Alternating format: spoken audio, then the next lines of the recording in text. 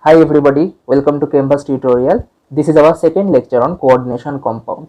I hope you have already watched my first lecture. If you haven't, then watch my first lecture first. I have put the link on the description box. You can click on the I button above and there you can find the link also.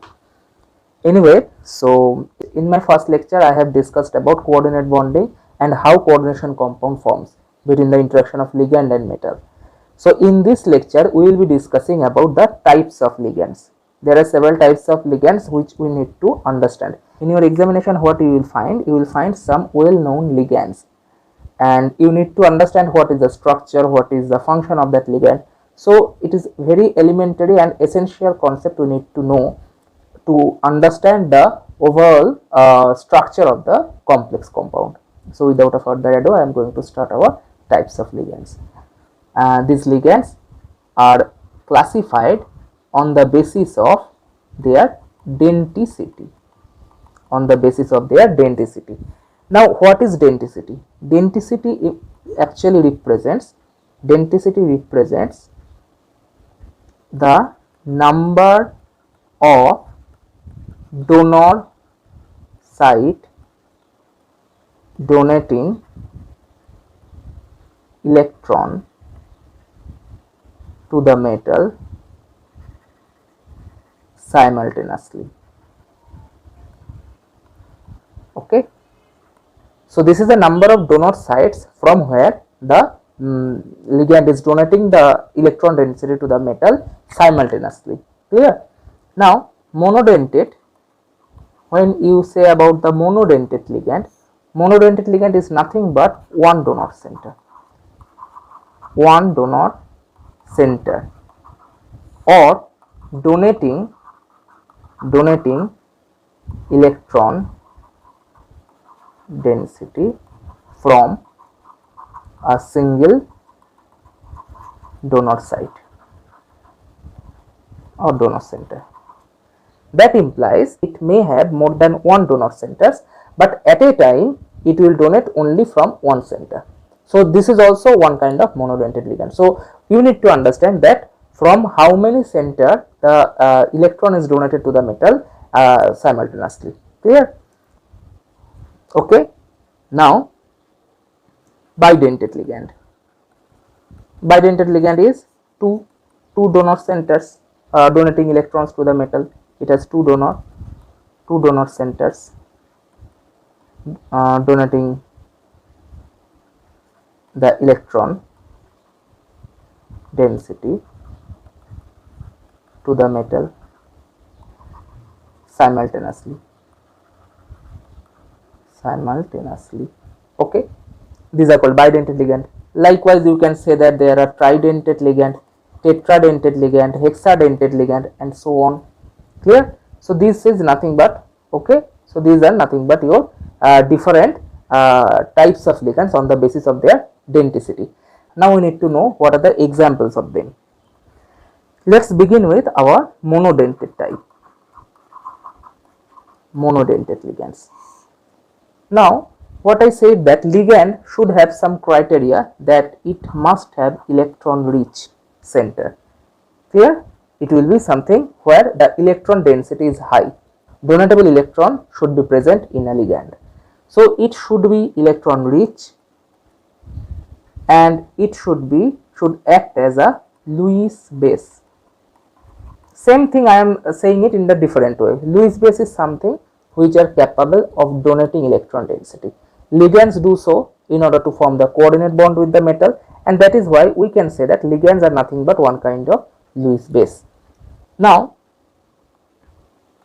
they also behave as nucleophile. You know that in my organic chemistry lecture, GOC lecture, I have said that what are nucleophiles? Nucleophiles are electron rich species which has a tendency to attract, or which has an affinity towards some positive charge. Okay, so positive charge or positive charge density. So those are called nucleophiles. So on that basis, you can say that ligands are nothing but your nucleophilic substances. So the examples of monodentate ligands could be your ammonia. Look at this. This could be your water. Okay, this could be your amine, primary amine, secondary amine, tertiary amine, or it could be similar analog of arsenic, that means ASR3, or like this PR3. Okay, similar analogs of this NR3 molecule. So these all are your neutral. These are examples of your neutral ligands. There is another important neutral ligand, monodentate neutral ligand, is pyridine. There could be pyridine. You know the structure of pyridine? It looks like this. This is the structure of pyridine, where this lone pair is your donatable lone pair. Clear? So pyridine is also your monodentate ligand. So these all are neutral monodentate ligands. These all are neutral monodentate ligands. There are some negatively charged monodentate ligands like F minus, Cl minus, Br minus, I minus. That means all those that means all those halogens, halides are nothing but your charged monodentate ligands. These are your negatively charged monodentate ligands. Okay, there could be examples like OH minus. This can also behave as a monodentate ligand, OH minus. And there could be the NR2 minus, NH2 minus, okay, PR2 minus, ASR2 minus, arsenic, that is. So these all could be your monodentate negatively charged ligands. Clear? Okay, so these are some very elementary ligands which we need to understand. Okay, now we will discuss some monodentate ligands which has more than one donor center. Suppose I am taking one monodentate ligand like NO2 minus. Okay, NO2 minus. This monodentate ligand has a special feature. This is a structure of NO2 minus. Okay, this is a structure of NO2 minus ligand. Now look at this. It has donatable electron density over this center, that means your over oxygen. That could be it can donate electron from oxygen, it can donate electron from nitrogen. Okay, now what actually happens in one cases, I am changing the color for your simplicity. In some cases it donates electron from oxygen, okay, and in some cases it donates electron from nitrogen. So this NO2 can behave as either NO2 minus, that means the negative, the N donor, it can act as N donor site, or it can act as ONO minus. In this way it can act, that means it can act as a oxygen donor site. So what it happens actually, it has more than one donor center, but at a time it is donating electron from one center. So this ligand has more than one donor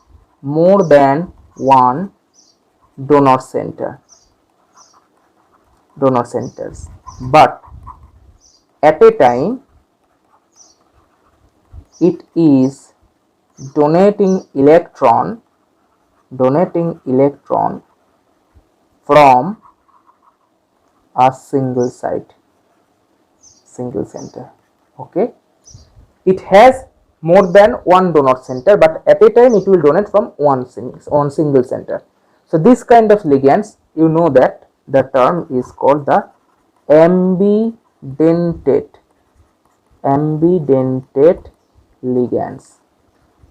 These are called your ambidentate ligands. Let's take some examples of ambidentate ligands like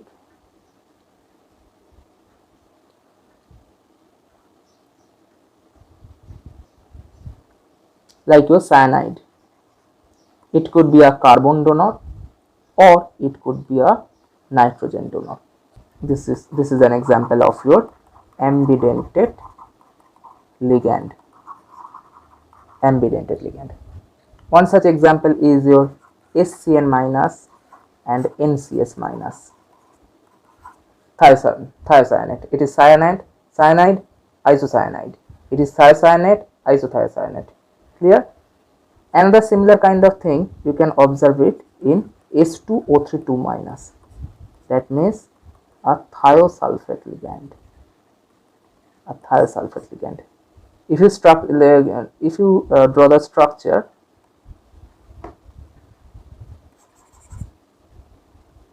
okay, if you draw the structure, it has a something structure like this, H2O3 minus 2 minus. So in one case, what you will find, in one case it donates electron from this side to the metal center, and in some other case it will donate electron from this side to the metal. Clear? So it can be O donor or it can be S donor. So this thiosulfate ligand can act as your ambidentate ligand. Clear? Okay. Okay, let's move on to our bidentate one. Let's move on to our bidentate ligand.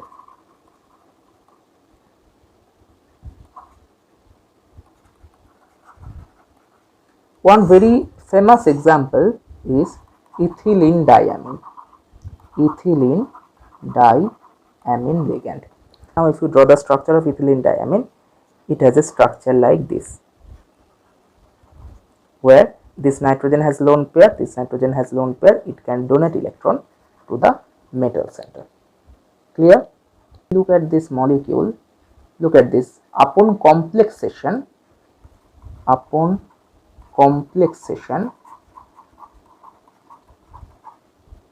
there is a ring formation. Look at this. This is one center, 2, 3, 4, 5.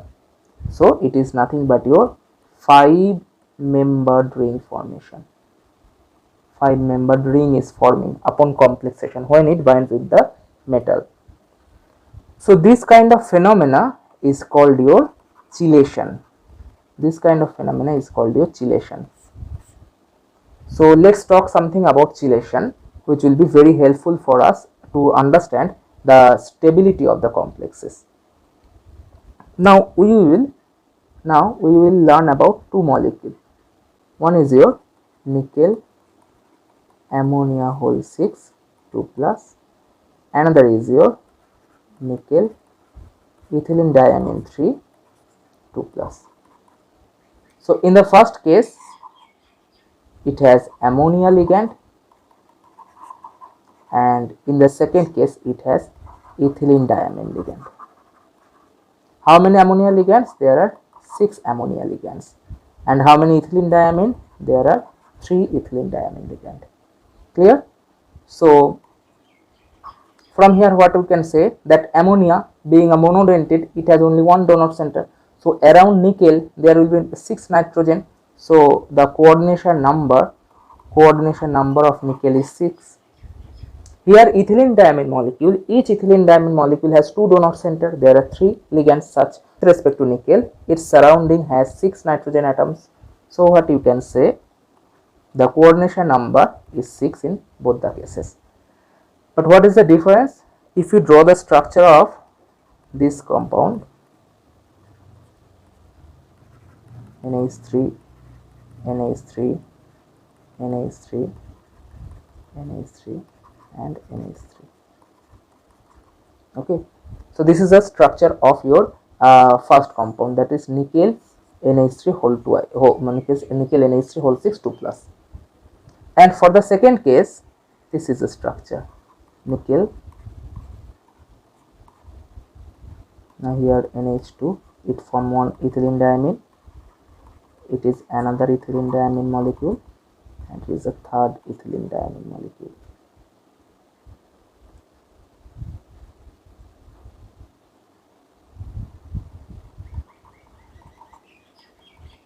Okay, so this is the structure of your second compound. So look at this. If you check the structure, what you find? You will find that here one 5-membered ring, here another 5-membered ring, and here another 5-membered ring. So 3 5-membered ring is forming. So these are nothing but your chelate compounds. This is your chelate compound. Once you have this compound, this is your first compound, nickel NH3 whole 6 2 plus. Now it is reacting with 3 ethylene diamine moiety. What it actually forms? It is forming nickel ethylene diamine thrice 2 plus 6 ammonia molecule. So this is the overall reaction. It is a spontaneous reaction. Now what will happen? Look at this. In the reactant side, the total number of species is 3 plus 1 4, 3 ethylene diamine and 1 this complex. And in the product side, what is the total number of species? Total number of species is your 6 plus 1 7. So what will happen if the reaction proceeds in the forward direction? The entropy is increasing. Clear? So what you can say, if the reaction proceeds into forward direction, entropy increases. So if entropy increases, that means it is driving the reaction to the spontaneity. So this is a driving force of the reaction. So chelation, what is the reaction? This is nothing but your chelation reaction. So the conclusion is that, so what conclusion we can draw? The conclusion is that chelation is entropically favorable. Chelation is entropically favorable. This is very important message. This is very important message. Okay, I am highlighting it. Note it down. Chelation is your entropy effect and it is entropically favorable. Clear? Okay, let's move on to our example part. That means what are the examples of some bidentate, well-known bidentate ligands. So we have so far discussed about this molecule NH2, donating electron from here. Okay, ethylene diamine. This is nothing but your ethylene diamine molecule. One such example is called this one, CH3 NH2 NH2. Then also it is donating from this two side to the metal center. So this ligand is called PN, propylene diamine. This first one is the ethylene diamine. This one is the propylene diamine.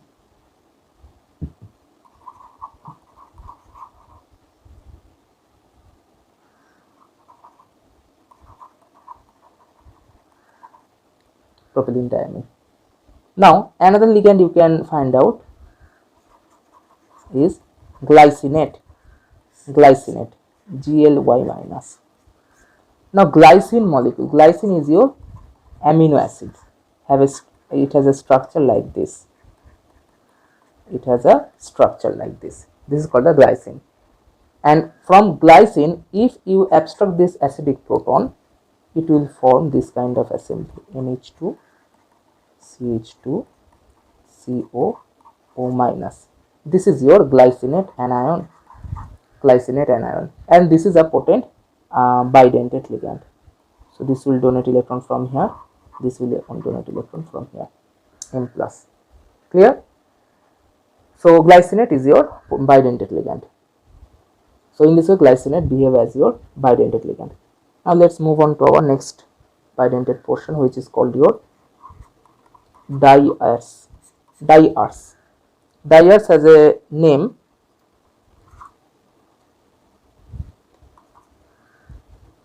It has a name.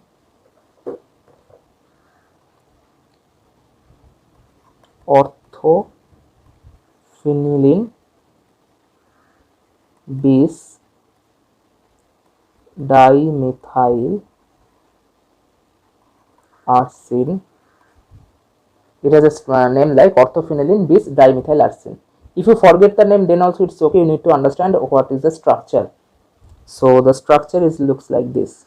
One phenyl ring will be there, and these two adjacent position will have two arsenic centers. Each arsenic center is substituted by methyl. So this is your lone pair. Now from this lone pair, electron is donated to the metal center. So it is one diers is your one bidentate ligand. Another common bidentate ligand is called DPPE. It is called diphenyl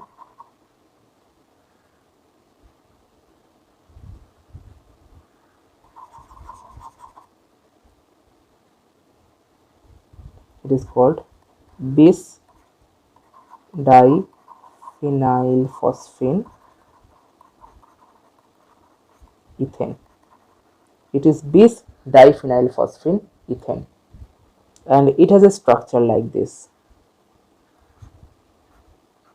PPH2, PPH2, which is a lone pair, and that is donated to the metal. Okay, this is one example of DPPE. Like DPPE, there will be another ligand. I am just erasing this part.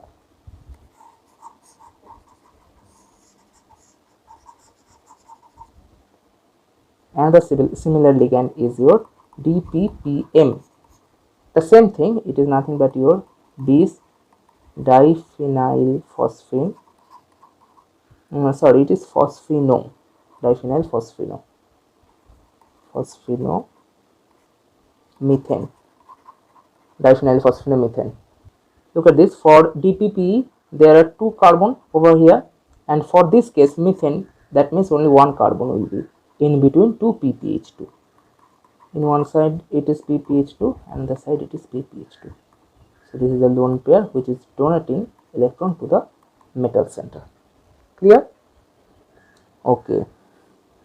Now another very interesting example is your OPHEN, orthophenanthrolene. It is name called orthophenanthrolene, and it has a structure like this.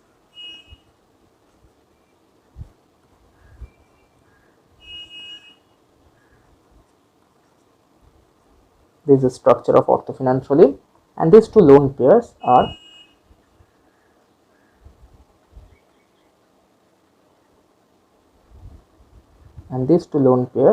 your donatable lone pairs to the metal center. This is the example of your orthophenanthrolene. There is similar kind of molecule is called BiPy or BPY. It is nothing but your bipyridine ligand. Bipyridine ligand. Okay, bipyridine ligand. Two bipyridine ring will be attached to each other in this way. This is your one pyridine ring. This is your one pyridine ring, and this is your another pyridine ring. So that will donate electron to the metal center. So this is your bipyridine ligand. One more famous, another your famous bidentate ligand is your oxime ligand. Oxime ligand. Oxime has a structure like this. O minus, and here one nitrogen. Now the electron is donated from here and here. It is your negatively charged. It is your negatively charged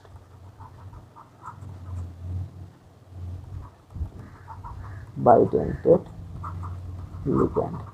This oxime is your negatively charged bidentate ligand.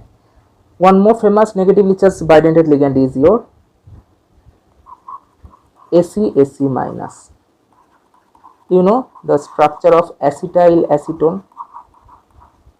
If you take a look at the structure of acetyl acetone, it looks like this: methyl CH2 CO methyl. Now this methylene group is active methylene group. Why? Because these two hydrogen are acidic hydrogen. if hydrogen is abstracted from here, that means proton abstraction take place, there will be negatively charged, and that negative charge over here is resonance stabilized with this carbonyl portion and this carbonyl portion. There will be cross conjugation. So what you can see, that the corresponding anion will look like this. If you remove H plus, now if you remove H plus, you will see corresponding anion will look like this. Now this anion is formed in a, look at this, this is one ketone portion and this is another ketone portion, so it is present in diketo form. From here it can produce its monoketo form, okay, or ketoenol form. So it is your ketoenol form or monoketo form. So from here what you can say, that this has a lone pair and this negative charge, that means electron, can be donated to the metal. Okay, so this is how what you can say, that this ligand, this negatively charged ligand is your acetyl acetonato ligand, or commonly known as ACAC minus. It is also your example of negatively charged bidentate ligand. It is also your negatively charged bidentate ligand. Clear? So these are some well-known bidentate ligands. If we get some more examples, if we get some other example of bidentate ligand, we will discuss it through question solving. Okay. Now moving on to our next topic, that is tridentate. Now these are very simple. Once you understand how polydentate ligand is forming, so some ligands are called tridentate ligands, and one of them is your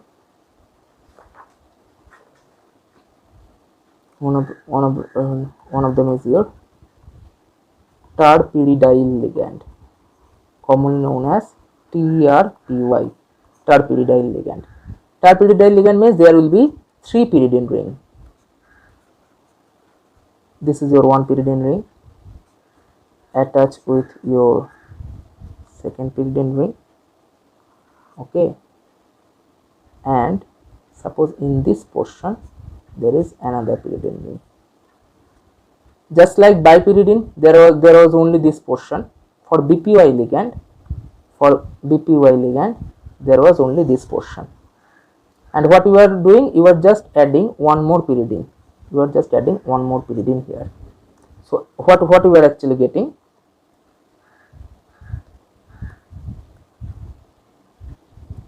you are getting that this is a lone pair, this has a lone pair, this has a lone pair. So all of them will donate to the metal center, forming a tridentate ligand. Okay.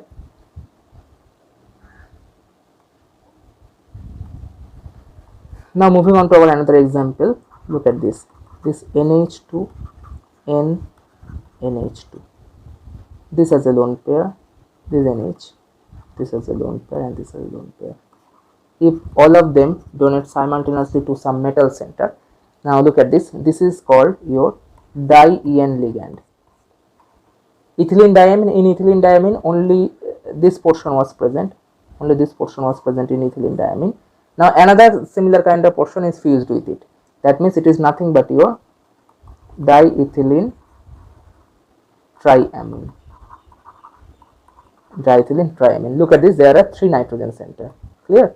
1, 2 and 3. So it is due to presence of these 3 nitrogen center, it is called your diethylene triamine. Once you understand this diene ligand, similar kind of ligand is called the triene ligand, where there will be triethylene tetramine, where there will be this kind of structure, NH2 NH NH NH2. So this is your lone pair, here one lone pair, here one lone pair, and here one lone pair. All of them are donating simultaneously to the metal center. Now how many donor center? There are 4 donor center. So this triene is the example of your tetradentate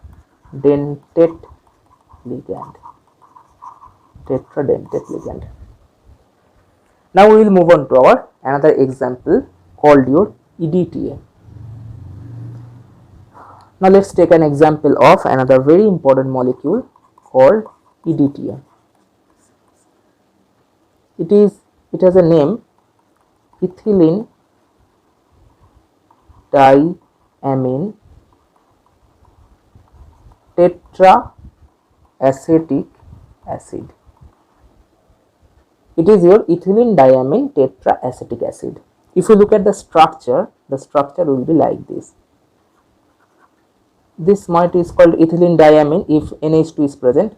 Now instead of hydrogen, there will be this acetate part, acetic acid part.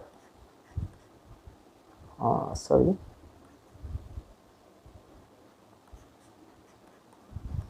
This OH, COOH. Okay. So this is the structure of our EDTA, but it doesn't donate electron in this form. It is present in its EDTA 4- form. This is the most common state of EDTA. That means what you are going to remove all of these acidic protons. When you abstract all of these acidic protons, there will be a negative charge over them. Okay, negative charge. Now if you take a look at this molecule, that means it is nothing but your EDTA 4-. Now this O-, that means these all 4 O-, and this 2 nitrogen, it has lone pair. Okay, so they have this EDTA 4- has 2 nitrogen donors and 4 oxygen donor site. So this is nothing but your hexadentate ligand. This is your hexadentate ligand example of. Now this EDTA 4- has one very interesting feature, that it can commonly present as EDTA 4-, but it has two more structure. One is your monoprotonated structure, that means EDTA EDTA 3-. That means out of this 4 O negative, one is already OH, and H2 EDTA 2-. These two form can also exist. In the case of H EDTA 3-, suppose you can think that one of these oxygen is protonated. That means that will be OH, and it will not take part in any ligand formation. So what it has for H EDTA, there will be 2 nitrogen donor and 3 oxygen donor. So this H EDTA 3- can act as your pentadentate ligand. Similarly, for H2 EDTA 2-, 2 of them are already OH. So what it can say, you can say that it has your 2 nitrogen donor center and 2 oxygen donor center, because 2 of them is not now donating electron. So from here what you can say, that H2 EDTA 2- is your tetradentate ligand. So same molecule EDTA, look at this, same molecule EDTA can behave as, in one case it is behaving as your hexadentate ligand, in another case it is behaving your pentadentate ligand, and in this case it is behaving your tetradentate ligand. So whenever a ligand has a flexibility in changing its denticity, so those are called your flexidentate ligands. So EDTA is another, you can say that EDTA has another name. EDTA is nothing but your flexidentate ligand.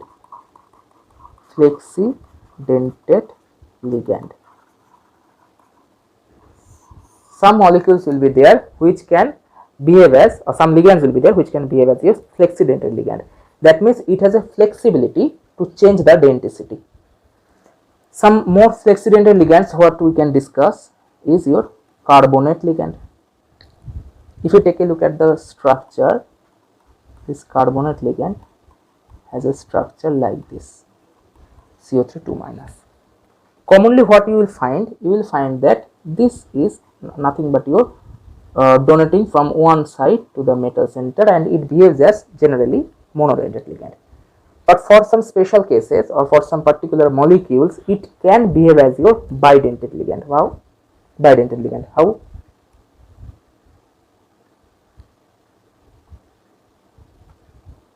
Now this negative charge and this negative charge is donated to the electron to the metal. This two negative charge will donate electron to the metal simultaneously. So in some cases it can act as a bidentate ligand. Bidentate ligand.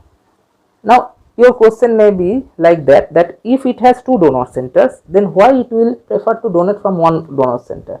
That means why it is behaving as monodentate? It should always behave as bidentate one, just like your previous cases.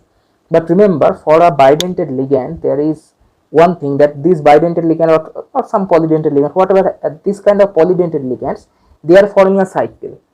They are forming a cyclic structure. And in that cyclic structure, if the ring size, that ring formation is your 5, in for chelation, the 5-membered ring is the most stable. There is some exceptions. I will make a separate video on this chelation topic and then you can find it out. But for chelation, 5-membered ring is the most stable generally. So then the 6-membered ring and then the 4-membered ring. Clear? So 4-membered ring is very less stable, and it is even lesser. The 3-membered ring is a less stable chelate compound. So this kind of system where the 4-member chelate ring is forming, so it will not always prefer to do that kind of chelation. So it finds its alternate pathway to behave as a flexidentate ligand. Clear? So CO3 2 minus carbonate can behave as your flexidentate ligand. Similar kind of behavior is shown by your nitrate, NO3 minus. Similar structure is this, O minus, O minus plus. The same thing happen here. In some cases, it donates electron from one side, and in some cases it can donate electron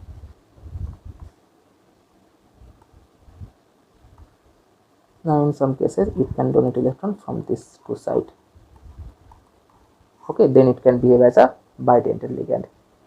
One very good example of this kind of ligand where the NO3 minus is behaving as your bidentate ligand is when it forms a complex with cerium 4 plus. The complex has a structure, the complex has a formula like this: CnA3 whole 6 2 minus. Here what happens, this NO3 behaves as bidentate ligand.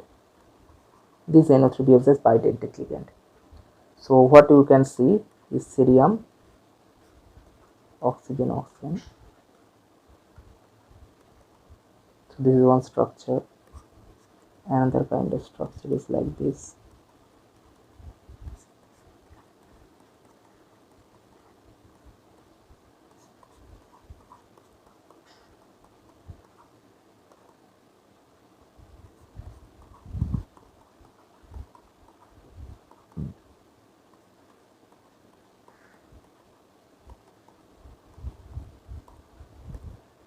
This is already a negative charge. Okay, they are forming your coordinate bond. They are forming your coordinate bond with the metal. Metal is your cerium 4 plus. The metal is your cerium 4 plus. Clear? Okay. Now, if you take a look at this structure, then around this cobalt, around this cerium, around this cerium 4 plus, there is 1, 2, 3, 4, 5, 6, 7, 8, 9, 10, 11 and 12. So around cerium 4 plus is surrounded by 12 oxygen centers. 12 oxygen centers. That means what is the coordination number? the coordination number of cerium 4 plus will be your 12. The coordination number is 12. Now let's move on to our next topic, that is your bridging ligand. Bridging ligand are those ligands, these ligands have at least two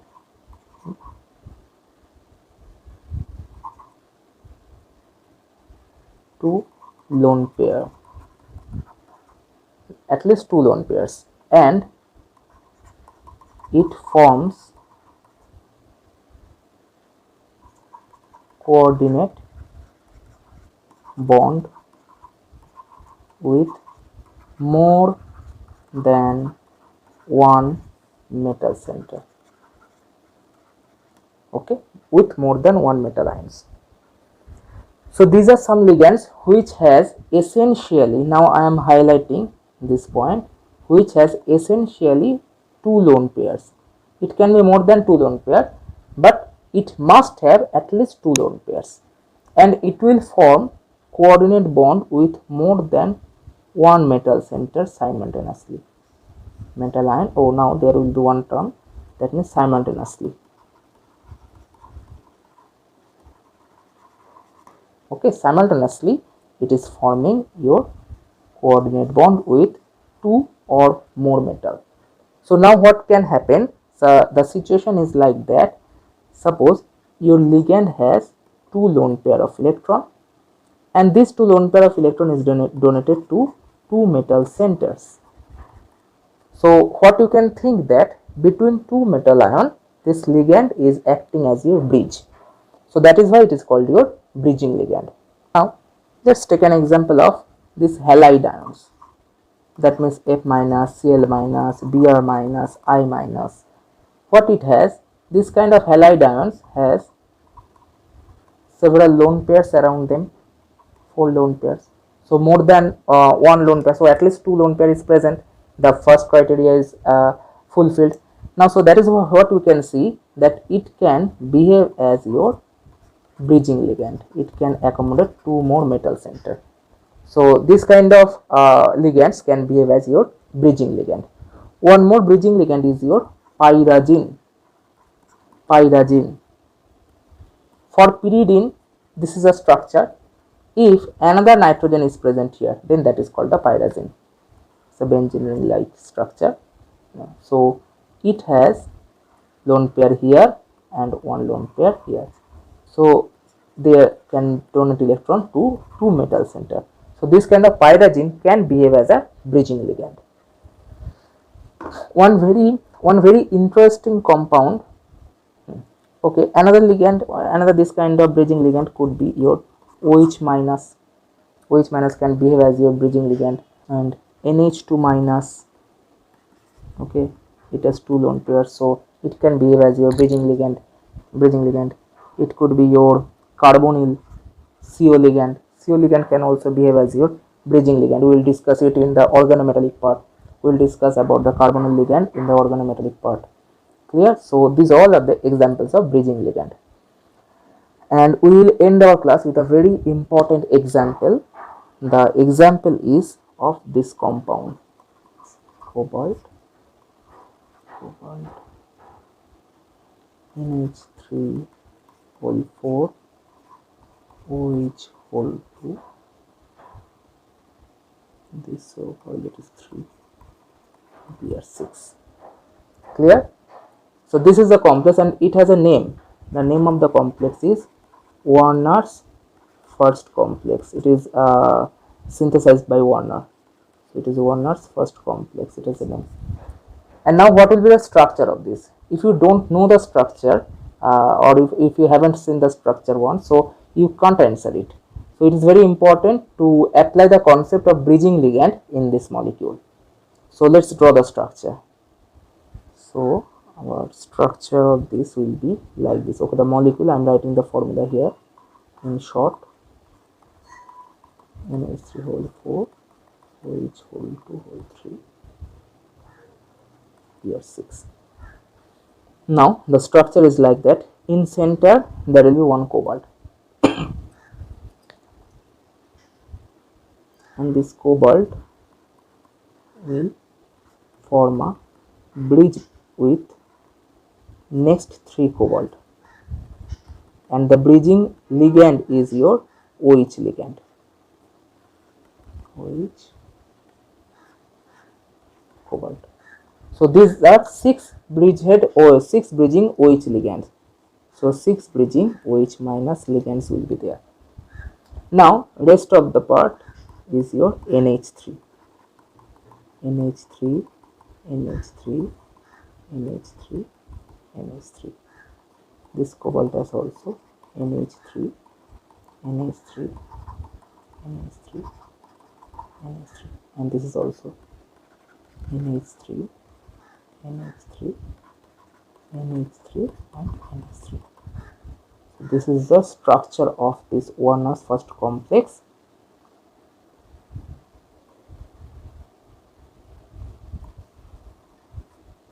And it has the overall charge 6 plus, and that is why I am adding 6 Br minus here. Okay, so this is your Werner's first complex. If you take a look at this structure, you can find it out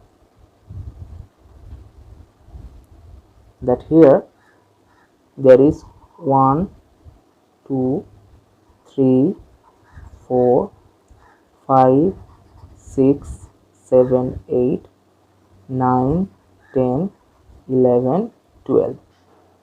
So it has 12 cobalt oxygen bonds. It has 12 cobalt oxygen bond, and if you take a look at this cobalt nitrogen bond, there will be 1, 2, 3, 4, 5, 6, 7, 8, 9, 10, 11, 12. So there will be your 12 cobalt nitrogen bonds. So that is also present. So this is very important phenomena. And here how many bridging ligands are there? Here 6 OH minus bridging ligand is present. Bridging ligand is present. Okay, that's all for today. I hope you understood all the topic and enjoyed the lecture. If you enjoy it, then like it, subscribe it, and share it. Thank you. Happy learning.